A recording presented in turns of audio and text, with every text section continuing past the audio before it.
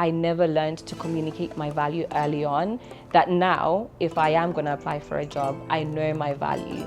So I would say to professionals, it's very important to assess your value. You know, we've had such great successes of people that have had partnerships together, people that have been employed by somebody else. That is the impact of what, you know, executive branch is. I want to hear from other people. It's not about coming and saying, oh yeah, by the way, we're going to do this. It's actually saying, you know, what do you need? And then working together to co-create something. And I feel that's where things differ, because some leaders, it's their way or the highway, you know, sort of thing.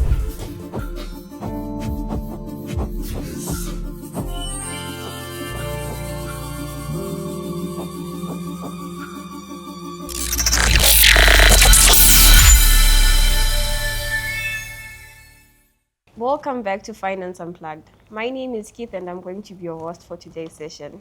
With me today is a woman whose mission is to equip professionals, especially women of color, with confidence and leadership skills needed in both corporate and entrepreneurial worlds. She's a career coach, a speaker, diversity advocate, strategy expert, and the founder of the executive branch. Please, let's welcome Ruth Kudzai. Thank you for having me. Welcome. So Ruth, you do so many things: coaching, speaking, building communities, but before all that, there was just Ruth. Would younger Ruth recognize who you are today? I believe she would, but possibly wouldn't know or look at me and think, what did it take to get there? So I don't think she would be surprised at how calm and how I got here, but I don't think she would be surprised to see me here. I'd always had ambition as a young child. I guess I just didn't know how. And when you look at my story and the ups and the downs and the failing, the going up, and you know, the journey's been bumpy. So to be here and to be calm, I think she'll be like, oh wow, okay, you've done well. So she would be proud. She would be proud. All right. Were you always this confident, or did that come later? Oh no, absolutely not. I wasn't always confident. Confidence, I believe, is a result of continued action. So confidence is about just acting, and the more you act, the more your confidence grows. I think having come from Zimbabwe, and you know how we're sort of like taught to be, I suppose, subservient in a way, when you enter corporate like I did, it was like, oh, okay, yeah, you want to give me 5,000. It's okay, it's too much. Do you want to, you know, I had that sort of like spirit about me, and which definitely played a part in terms of my confidence building. I was the youngest, I was black, I was a woman in an industry that is predominantly white, male, people that have tons of experience. So you can imagine I was already feeling so out of place. Mm-hmm. And it was either I keep feeling sorry for myself and keep feeling out of place, or I stepped into my own. And that came as a result of having sponsors, of, you know, just doing things continuously every day. I was building my knowledge, I was building my confidence, and you know, eventually I then built the confidence. It's something that happens over time.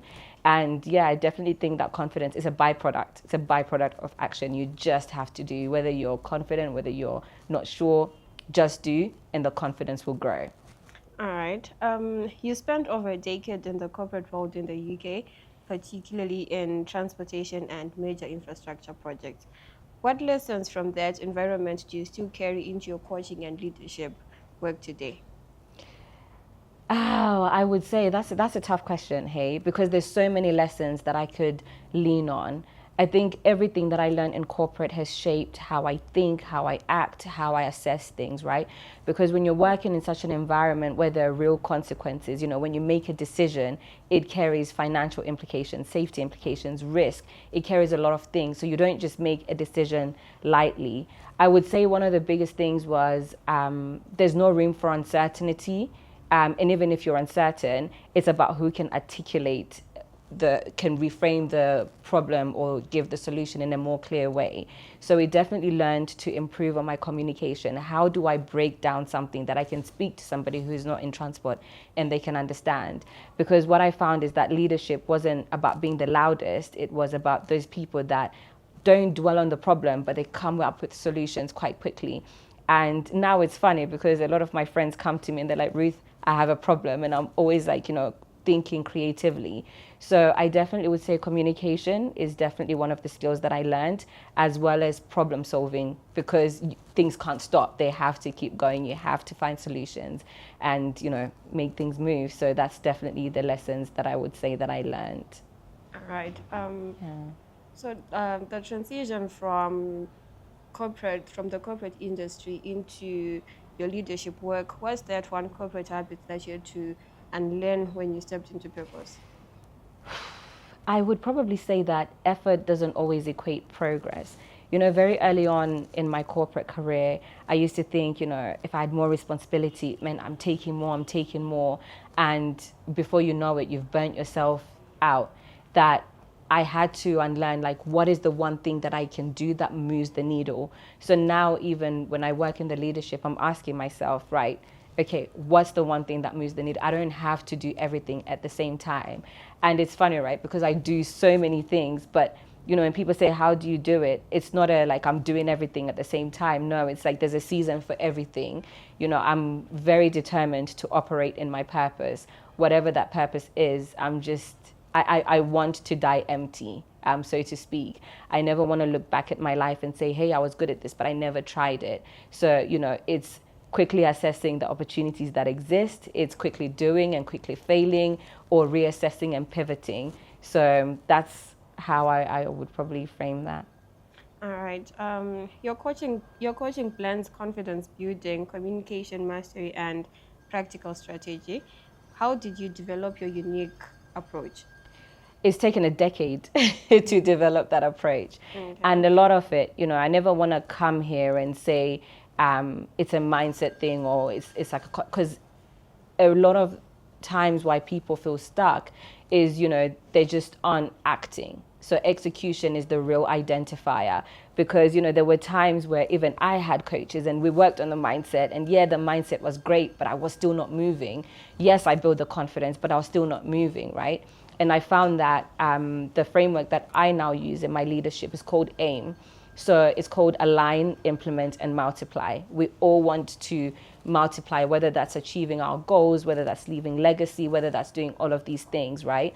And first, you have to align, right? You have to know, okay, at least what direction you're going. It doesn't have to be perfect, but you need to have some sort of direction. And then the main bulk of the work that I do with leaders is in the I, which is implement, because you can align, but if you want to multiply, there's a whole piece of work in the middle to implement. Okay, you want to, I don't know, get a new position or increase your income or your salary. Yes, okay, that's aligned. But what are you going to do on your day to day? What are you doing on a monthly basis? What are you doing on a yearly basis? Are you upskilling? That's the hardest bit. So I feel that corporate definitely helped me to reframe and refine that framework. And I'm not coming as a person who's just teaching this framework. It's something that I've used. It's something that, I looked at my journey and said, okay, this bit worked. Why didn't it work? This bit didn't work. Why did it fail? And I assessed it to be like, okay, so I did the mindset stuff. I did the confidence stuff, but I was stuck at implementing. So now when people work with me, it's great. We can set goals, but I hold your hand and say, right, we're going to get to that multiplication stage, and we're going to, make sure that that goal is realized. Okay. In your view, what's the biggest obstacle professionals face when trying to accelerate their careers? I think not being audacious enough or being bold enough. We, as professionals, I believe we accumulate so much, but sometimes it takes so long for us to be able to articulate our value. For a long time, I didn't understand that concept. I would get job roles and, I'd think, oh, okay, they've got a starting salary of, I don't know, let's say 40,000. I'm like, this is great. But actually, I never learned to communicate my value early on, that now, if I am going to apply for a job, I know my value. So I would say to professionals, it's very important to assess your value. You're not just a job role. And I don't like to lead with a job role, because you can be a project manager, but actually that's, you're doing leadership, you're managing people, you're communicating, you're all of these. So you've got such diverse skills. So being able to advocate for yourself and demonstrating your value, I think, is definitely something that's up there, that stalls professionals, because then they think they should be stagnant or they don't want to apply for a job and so forth, because they don't know their value. But I think once you do, you know your value, it's easier to progress, because you can say, hey, in the marketplace, I'm here. Currently, where you are, I'm there. So how do we meet in the middle? And that takes courage, takes you to be bold and to be audacious enough. All right. You found the executive branch a dynamic network of women supporting one another's growth. What gap did you see that inspired its creation? I would probably say it has been a result of my corporate experience and my community experience. In corporate, you see all these structures that exist, and you have networking events where you get a breath of the whole company that are there purely to network with people. And you go into community events, right? And it's always sort of siloed. It's either the young people, always people of a certain, demographic or industry and so forth. But there wasn't anything that I was seeing that's, cross-functional, that you've got people from different industries coming together, women as well, all with varying levels of experience, all with varying levels of responsibilities. So I wanted to create the executive branch to fill the gap of knowing that, leadership skills can be shared and can transfer in between industries. I think the main driver of it as well is just making sure that we're not working as silos, because we've got fantastic women that are doing incredible things, but people don't know, or there's opportunities that exist. But even like you and I right now, you may know something that I don't know, but perhaps I've got the skill set that could, be well suited for that opportunity. And I won't know that unless we're having a conversation. So it's really just a space for us women to come together to build confidence in such an informal space. But then the effects and the impact of the events should be felt after. It's opening up opportunities. It's finding out, what are you doing? How are you dealing with this situation? Oh, by the way, I'm facing this situation, and then somebody can come and, help. So we all rise together, because I really, truly believe that when women do come together, then a lot of magic is created. Definitely. What's the magic of the executive branch beyond events and branches that keeps women coming back and connecting? I would put it down to networking and opening up new connections. That is the essence of executive branch. It's to be open and transparent, to say, hey, there's this opportunity. I know you, I've met you, we talked, why don't you come? That to me is the legacy of executive branch. I want it to live beyond the event. The event is a one-time thing. It's coming, connecting with other people. And, we've had such great successes of people that have had partnerships together, people that have been employed by somebody else. That is the impact of what, executive branch is. And just recently, right, I went to an event, and there was a lady who recognized me from the executive branch. And what was so beautiful about it is she recognized me, and she was like, oh, you're planning the next one. Let me introduce you to some women. That's the impact that I want for others. I just had not expected that I would also be able to experience that. So that was really beautiful. And that's what I wish for other women to experience. All right. The events you host span continents from London to Harare and back. How do you ensure consistency in impact even when the audience and the cultures shift? Yeah. It's tough, hey, because you've got, women operating under different circumstances. But, you have a framework, and this is where systems come in place. It's the same thing as if you want to train and to lose some weight. It's the discipline, right? It's having a system in place that the system says, I have to get up at 7. The system says, I have to eat this. So you follow that, because sometimes motivation alone won't work. And it's the same thing with executive branch. It's understanding what is the intention of each event. So every year we lead with a theme. Last year was Bloom. And in 2026, this year is legacy. So everything, our content, our events are going to be about how do we make sure that the women, create their legacies. It's not something you leave after, it's something that you do right now. And then once we have that intention sorted, we then have a framework. So what are our non-negotiables? What is something that has to come? It's not just doing an event for the sake of it. It's making sure that by the end of the event, when we do our feedback, the ladies can say, hey, I learned this and this and this. And, I'm always quite strict with my team. They know that, okay, if we're getting a speaker, it's not operating on just, okay, they're just popular. That's even besides the point. It's what can they teach the women? You know, is that woman going to leave with something? Our keyword, or our word rather, is actionable. Everything that is taught on the day has to be actionable. What's a framework? What's a document? What's, you know, so that's how we just make sure that there is consistency, and we start with the end in mind. What are the outcomes that we want from our guests? And then we work backwards. All right.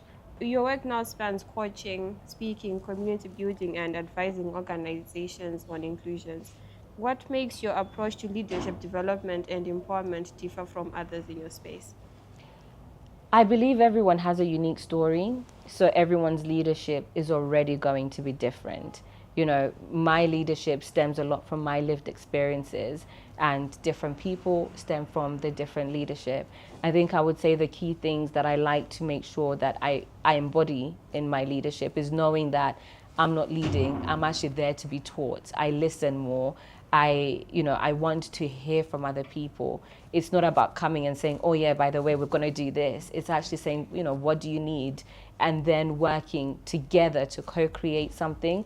And I feel that's where things differ, because some leaders, it's their way or the highway, sort of thing. Yeah. But I believe in co-creation so much, because that way, if everybody buys into the dream, that means we can push the dream together. They're not just pushing my agenda. Everybody has a stake in whatever initiative that we've got. So that's always the approach that I like to take. All right. Many coaches focus on mindset, but you also lean on corporate strategy and execution. How does that practical dimension elevate your coaching outcomes? I believe when someone comes to me with a goal, it's important for me and for them to understand how it fits in the whole life. Yes, I'm a career coach. Yes, I do confidence. But ultimately, if you come to me and say, for example, I want to improve, my presentation skills, it's why are you wanting to improve on that? So that strategic side it helps me to frame that. So then we can work together to see what actually do you need to have in place to do that? Where is the direction that you're going to go? What is that even going to unlock? Because it's so easy to come up with a goal, but then sometimes the reason why we don't achieve them is because they don't even fit into everything that we want to do. You can say, oh, I want to do presentation of, public speaking. Maybe not a great example because everyone uses public speaking, but then you want to go into trading where you don't necessarily have to talk to anyone. So how does that translate? So I feel the strategic side helps me to help my clients understand how their goals fit into the broader sort of like life that they want to lead. Okay. When you think about the long arc of your career and work with women globally, what legacy would you want to leave? I want to leave and make sure that, women are leading courageously, are leading boldly, are leading unapologetically and not threatened by another woman. I want us to be able to see another woman and pull them up as well. That's the legacy that I would like to leave. I don't believe that my life is my own per se. I feel a responsibility to help others. And for me, is the transformation that's my mission, seeing the transformation in people that come to me or people that experience me or through whatever initiatives I do. That's the beauty of it. So I would love that my legacy is when I saw Ruth or when I was in Ruth's space, the transformation that I got, that's what I hope my legacy will be. All right. With everything, you carry leadership, responsibility, visibility. How do you personally reset when life feels heavy? I sleep. I sleep. I feel sleep is such an underrated hack. But, daily, I have about 20 minutes where I usually midday, where I would just lie on the sofa or wherever, just to quiet my mind down, because it's always, being pulled in different directions because of the many things I do. Communicate and say, I can't do this. I mean, I don't just leave on a latch, but I communicate to say, hey, I'm going to take some rest. Please take this over and hand over where I can. I go on holidays if I can at that time, and massages, that's me. I'm very simple woman. Yeah. All right, so we always end the show with a quick round, so you just have to answer with the first thing that comes to mind. Okay. Um, One word to describe the kind of leader that you aspire to be. Bold. Okay. What is the greatest leadership lesson you learned the hard way?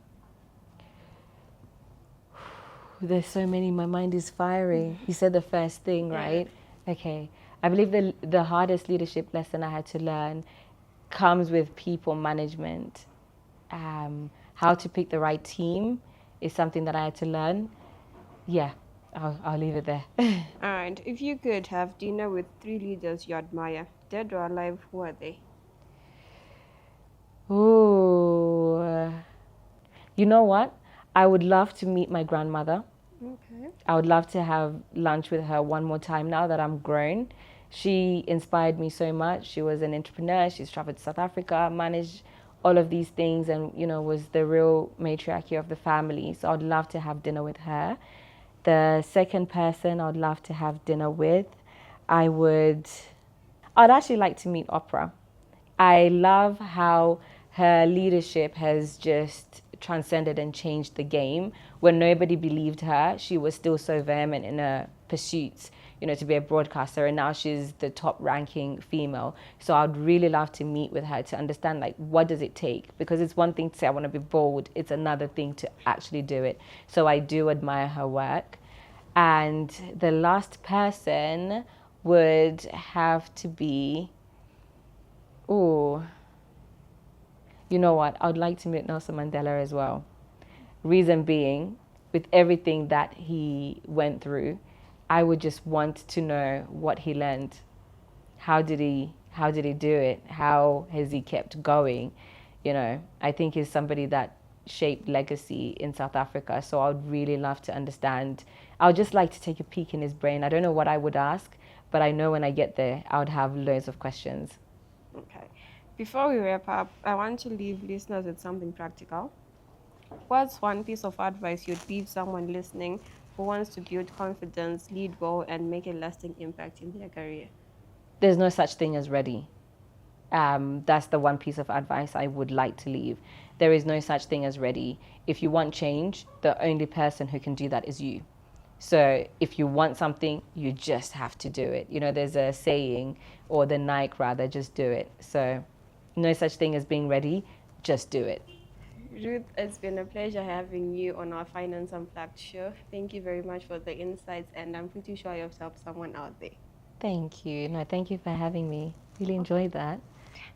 Thank you guys for joining us today. I'm pretty sure from everything that Ruth has shared with us, you managed to pick one or two things that are going to help you with building your career or even your confidence. Looking forward to you joining us in the next episode.